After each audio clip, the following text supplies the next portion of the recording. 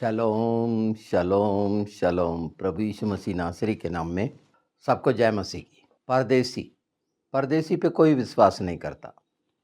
परदेसी जिसे जान पहचान ना हो और अगर भाषा समझ में ना आ रही हो तो और मुश्किल हो जाती है। कोई नॉर्थ इंडिया वाला साउथ इंडियन से बात करे तो कैसे जानेगा? हिंदी बोलने वाला तमिल को कैसे पहचान सकता है? नहीं, जब तक वो भाषा ना पता हो। तो जो पहला कुरंथी में कहा गया, जो पहला कुरंथी 14 का 7-8 में जो कहा गया, फिर यदि निर्जीव वस्तुएं जैसे बांसुरी या वीणा स्वर न दे अर्थात भिन्न भिन्न ध्वनि न सुनाए तो जो बजाई जाती है वह कैसे पहचानी जाएगी? और यदि नरसिंगा भी अनिश्चित ध्वनि दे तो कौन युद्ध की तैयारी करेगा? मतलब स्पष्ट ना हो, साफ साफ ना हो। जैसे बांसुरी में 7 छेद होते हैं और स्वर अलग अलग होते हैं। जब वो एक राग बनता है, अगर ऐसे ही बजाया जाए तो कौन समझेगा? वैसे ही जब सपन्या 3 में कहा गया, मैं शुद्ध भाषा बुलवाऊंगा, अर्थात स्वर्गीय भाषा, अर्थात वचन की भाषा, और जितने कान हैं वो सुने। तो कान तो सभी के पास हैं, पर हृदय की कठोरता है जहाँ ये सुनना है। हम यहाँ जैसे परदेसी हैं, और इसीलिए कि अगर अगर हम मानते हैं कि हम यहाँ परदेसी हैं और यीशु में हम स्वर्गीय हो चुके हैं, तो वचन की स्पष्टता हमारे ओंठों से साफ साफ निकलेगी हर बात, चाहे वो आत्मिक युद्ध की हो, चंगाई की हो, भविष्यवाणी की हो, उपदेश की हो, प्रचार की हो, अर्थात सुसमाचार की हो। पर जिनका हृदय कठोर है वो इनकार करे, चाहे वो मसीह हो गैर मसीह हो, क्योंकि उसके कान की खुजली जो है हृदय की कठोरता के कारण है। हमेशा आप सुनते हैं कान की खुजली, पर वो हृदय की कठोरता के कारण कान की खुजली जैसा शब्द है और सांसारिक है। शारीरिक पहचान, संसार की पहचान, सांसारिक भावनात्मक रिश्तों की पहचान। अर्थात क्या हुआ? संसार के धर्म ने, ये धर्म के रीति रिवाज और परंपराओं ने इसे ढक दिया। वो छेद बंद हो गए, और छेद बंद हो गए तो छेद तो करना है, और छेद होगा यीशु के नाम में पवित्र आत्मा की मदद से कि ये सब खुल जाए। स्पष्ट हम स्वर्गीय भाषा को एक दूसरे से साझा कर सकें और कहने का तात्पर्य या अर्थ आसानी से पवित्र आत्मा के द्वारा, क्योंकि ये हृदय में समझा जाएगा। कान से सुन के सिर्फ बुद्धि तक रहेगा, उस अंडरस्टैंडिंग तक, समझ तक। और जो मनुष्य की अगर शारीरिक है तो संसार के ज्ञान के द्वारा जितनी समझ है वो, ये पद आत्मिक सत्य की पहचान करा रहा है। प्रभु यीशु ने बोला ना, जब मैं परदेसी था तो तुमने मुझे पनाह दी, जबकि परदेसी को कोई भी नहीं रुका था।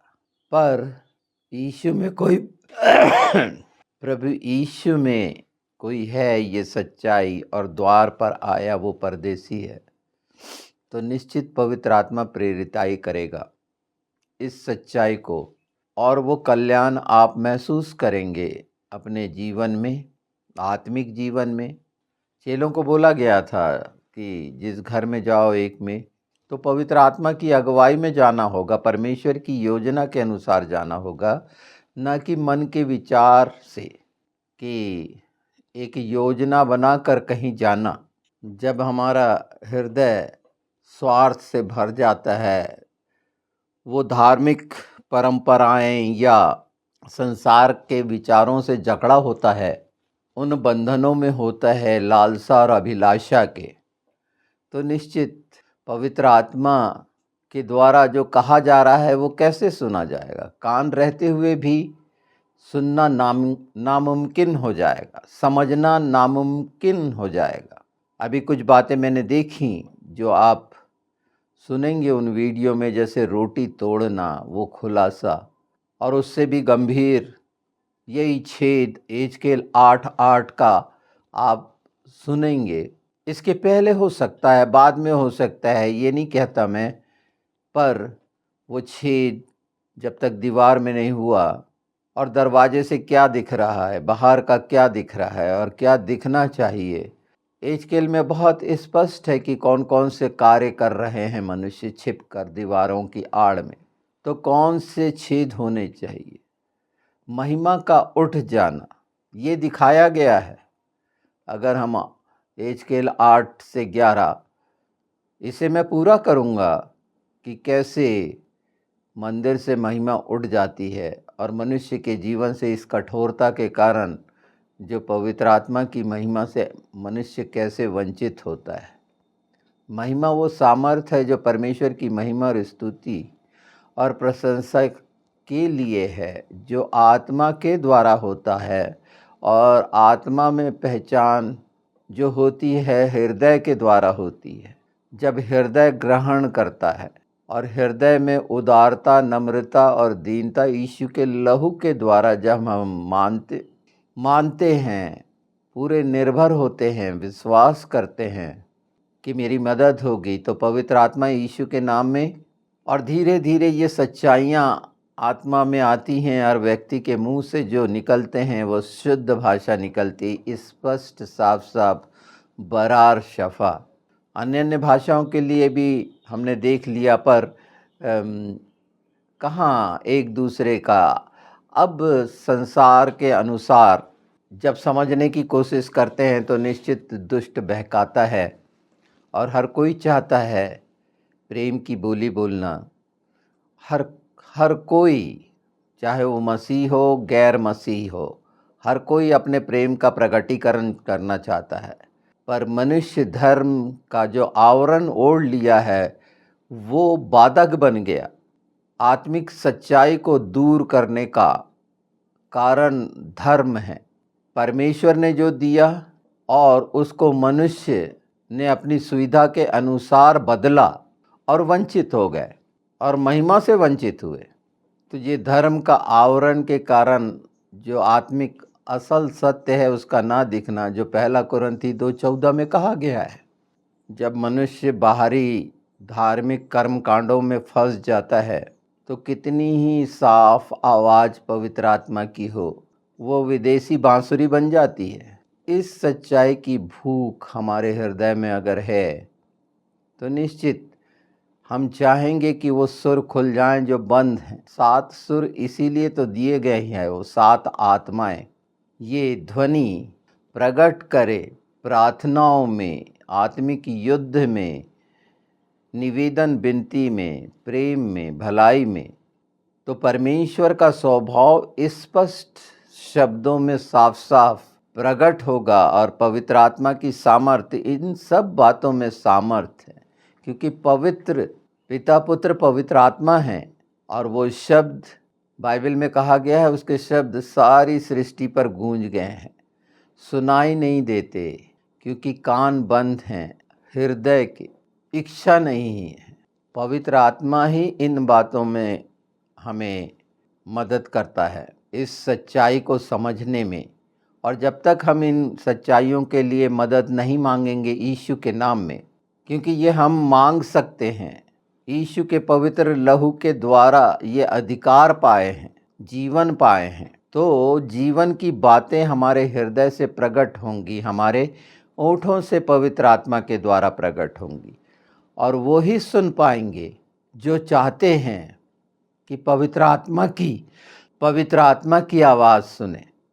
और वो हृदय में पहचान कराएगी, आत्मा को आनंदित करेगी, शांत करेगी, धीरज देगी, योग्य करेगी, दृढ़ करेगी, मजबूत करेगी, जिसकी हमें से प्रत्येक को आवश्यकता रहती है। जिस सिलसिलेवार पिछले समय से पवित्र आत्मा हमें समझाते, दिखाते, सुनाते आ रहे हैं, अगर उसे एक कड़ी में पिरो दें तो सब बातें बड़ी साफ साफ समझ में आने लगेंगी। पर संसारिक कानों पर अगर हम विश्वास रखते हैं तो पवित्र आत्मा की कैसे सुन पाएंगे? और इन सब बातों में आगे बढ़ने के लिए आपके पास बाइबल है, उसका अध्ययन होना चाहिए। पवित्र आत्मा का प्रकाश के द्वारा इनका प्रकाशन होगा और समझ और सच्चाई में आप लगातार आगे बढ़ते जाएंगे।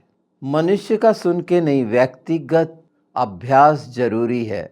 व्यक्तिगत अभ्यास से ही लोग वाद्य यंत्र के वादक बन जाते हैं। उस पर लगातार अभ्यास करते हैं और एक राग बन जाती। तो अभ्यास के लिए जीवित सच्चाई से भरा वचन, जो गूंज है परमेश्वर की, शब्द है, उसका पूरा पूरा स्पष्टता से हृदय पर प्रकटन होगा। आप पहचान जाएंगे। पर ये शारीरिक कान और शरीर की समस्याओं से ग्रस्त उनके लिए तो ये बातें परदेसी लगेंगी। ये भाषा ही समझ में नहीं आएगी। वचन की भाषा पवित्र आत्मा के द्वारा ही हृदय में स्थान पाती है। कानों की खुजली वाले तो आज सुनेंगे, दूसरे कान से निकल जाएगा, कुछ भी नहीं रहेगा। तो जानिए कि वो कान की खुजली थी, आपके मेमोरी सेक्शन का फॉल्ट नहीं था कि मेरी याददाश्त कमज़ोर हो गई है।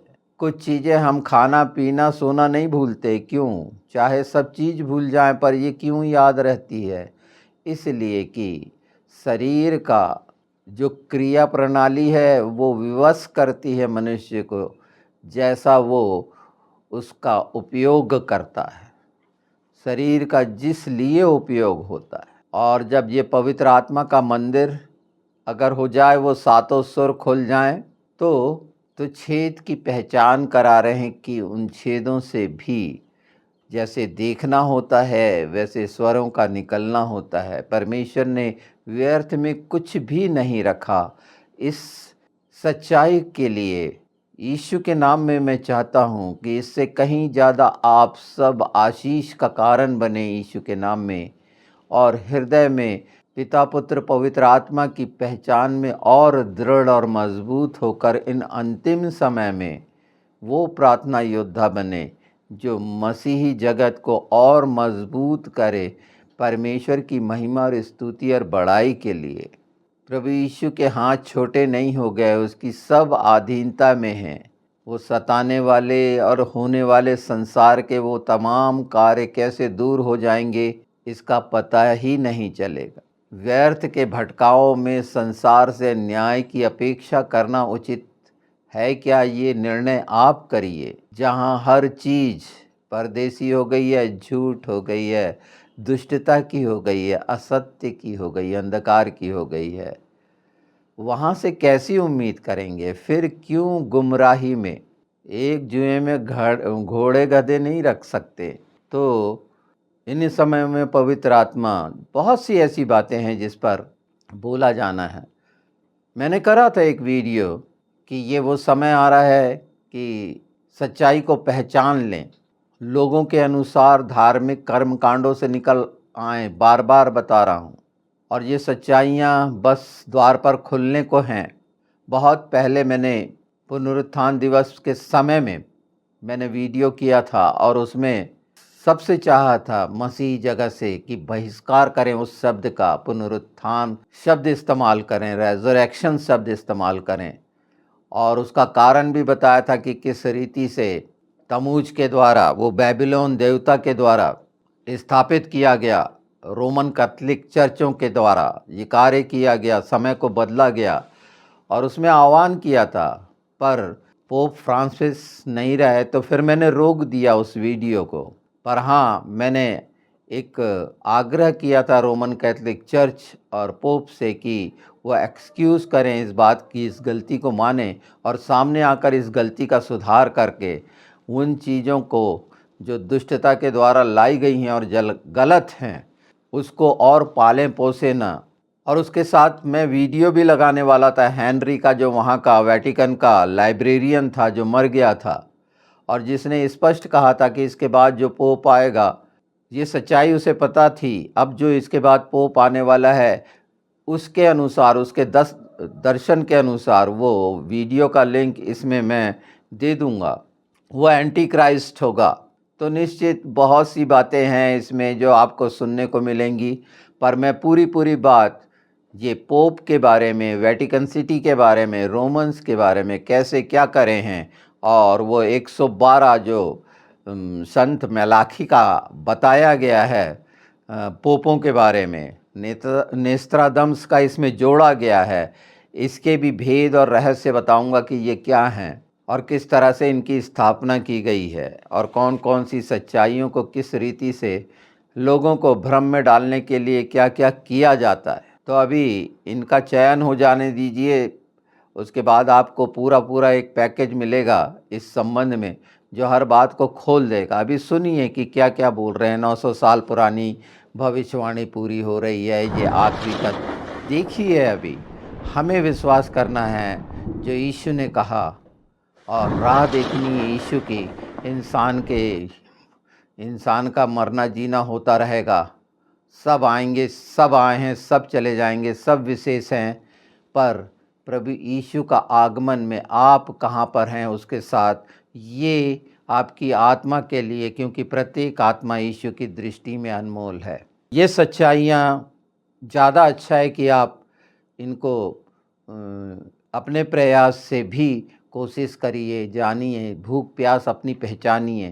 पर ये मौका जो मिला है, इन बातों को मैं जोड़ जोड़ के हर जगह बता रहा हूँ कि आपका प्रयास भी होना चाहिए। जो सुनते हैं, जितने वीडियोज़ अलग अलग सुनते हैं, उनकी पहचान करने के लिए, क्योंकि धोखेबाज इस तरह के आ गए हैं जो आकर्षण में डालकर बड़ी आकर्षक बातें और रहस्यमयी बातें बताने की कोशिश करते हैं। वो सिर्फ आपसे लाभ कमाना चाहते हैं। ये वो चोर हैं जो भ्रष्ट हो चुके हैं और जान गए हैं कि कैसा धोखा देना है मसीह को। तो उन नामों पे ना जाएं, वो बड़े बड़े नाम। ध्यान दें, मेरा काम है चिताना। ये आपको जंगल में पुकारने वाले का शब्द है, ये जो शुरू से कहता आ रहा हूँ। पर हृदय अगर ग्रहण नहीं करेगा तो वो शब्द कोई अर्थ नहीं रखता। कितनी कठोरता से बोला गया शब्द था यूहन्ना बपतिस्मा देने वाले का, सांप के बच्चों। मतलब उसके बाद भी ये जानते बूझते भी अगर मन नहीं फिरा रहे और द्वार पर हर चीज़ें स्पष्ट हैं, तो एक मौका फिर है। अपने आप को तैयार करें और हर कोई एक दूसरे के लिए उनकी निर्बलता में परमेश्वर यीशु के नाम में पवित्र आत्मा उनकी मदद करे। यही इच्छा और आशा रखना चाहिए, और इस तरह से हम मजबूत कर सकते हैं आत्मिक देह को, जो देखने समझने में असमर्थ हैं। मनुष्य इसको नहीं देख समझ सकता। तो देखते रहिए पिछली बातें जो हुई हैं। निश्चित कई बातें एक साथ समझ में नहीं आती, पर पवित्र आत्मा जैसे जैसे और चीज़ों का रहस्य उद्घाटन कराएंगे मेरे आपके लिए, जितना समय दिया गया है मैं लेकर आता रहूँगा। उसमें से ये एक हिस्सा है, ये कड़ी है जो हर चीज़ को आप देखेंगे यीशु की ओर ले जाती है, जोड़ती है। कठिन ज़रूर है। मैं पूरी गंभीरता और ईमानदारी से हमेशा मैं इस लायक नहीं हूँ और इच्छा रखता हूँ कि पवित्र आत्मा के द्वारा वो शब्द आपके हृदयों में जगह पाएँ और जीवन बदल जाए, क्योंकि ये बड़ा कठिन है। सच्चाई से सुसमाचार सुनाना बहुत कठिन है, कई रुकावटें हैं। कितना ये बड़े आनंद के साथ नहीं बोला जा सकता।